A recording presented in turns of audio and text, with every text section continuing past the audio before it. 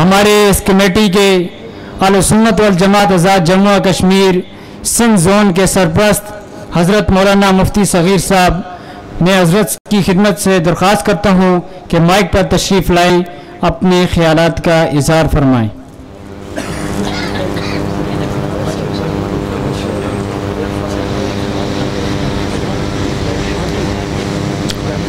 الحمدللہ والصلاة والسلام علی رسول اللہ وبعد۔ عن جریر بن عبداللہ المزنی رضی اللہ عنہ عن ابیہ عن جدہ عن النبی صلی اللہ علیہ وسلم انہ قال طوبى للغرباء الذين يصلحون ما افسد الناس من سنتي۔ سامعین محترم حضرات علماء کرام، خاص طور پر ہمارے پیارے خطے سے تشریف لانے والے ہمارے نہایت ہی معزز محترم حضرت مولانا آفتاب کاشر صاحب، حضرت مولانا مفتی ساجد صاحب اور دیگر ان کے رفقا،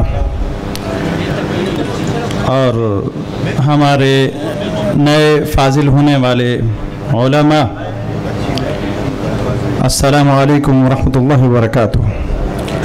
نہایت ہی مسرت کا موقع ہے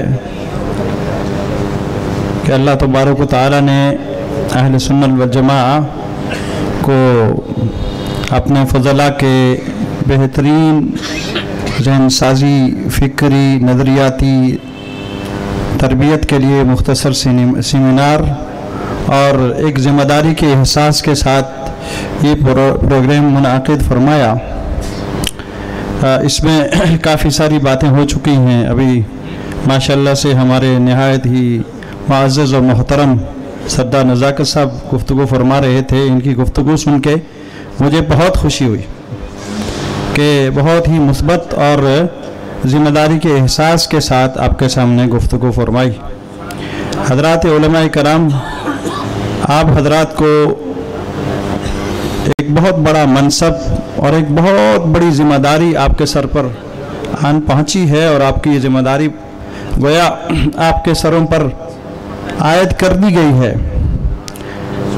اور جس دور میں ہم جی رہے ہیں، اس وقت فتنوں کی ایک یلغار ہے، اس قدر دورہ ہے کہ جہاں پر آپ فتنوں کے اس ماحول میں کھڑے ہو کر آپ کوئی بات کرتے ہیں، اور آج کے ماحول میں جس نظریے اور عقیدے کی آپ گفتگو کرتے ہیں، وہ دنیا میں ایک اجنبی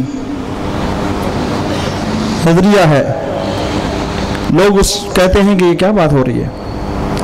تو آپ اطمینان رکھیے کہ آپ صحیح معنی میں نبی کریم صلی اللہ علیہ وسلم اور آپ کی پیاری جماعت حضرات صحابہ کرام کے مشن پر ہیں۔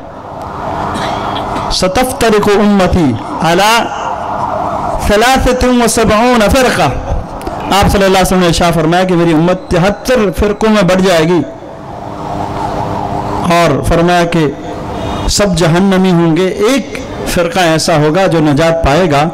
تو اس کی وضاحت صحابہ کرام نے پوچھی تو آپ نے فرمایا ما انا علیہ واصحابی، میں اور میرے ساتھی جس طرز و طریقے پر ہیں، یہی کامیابی کا راستہ ہوگا اور یہی فرقہ ناجی فرقہ ہوگا۔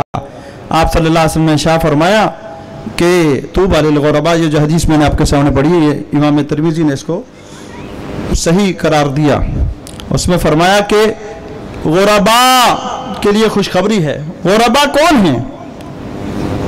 بدأ الاسلام غریبا، اسلام کی جو ابتدا ہے اجنبی طریقے پر ہے، یعنی اس وقت نامانوس طریقے پر اس کی ابتدا ہوئی، اور صحابہ کرام جو بات کرتے تھے اس ماحول اور معاشرے میں وہ ایک غیر مانوس اور غیر عادی بات تھی۔ آج وہی دور دوبارہ سے لوٹ آیا ہے، اور اس موقع پر ہمیں نبی کریم صلی اللہ علیہ وسلم نے ہماری تائید فرمائی ہے، توفیق فرمائی ہے، حوصلہ افزائی فرمائی ہے۔ طوبی للغرباء هم الذين يصلحون ما افسد الناس من سنتی، کہ جو زمانہ فساد میں لوگ بگاڑ پیدا کریں گے، سنت کے خلاف بہت سارے فرق قائم ہو جائیں گے،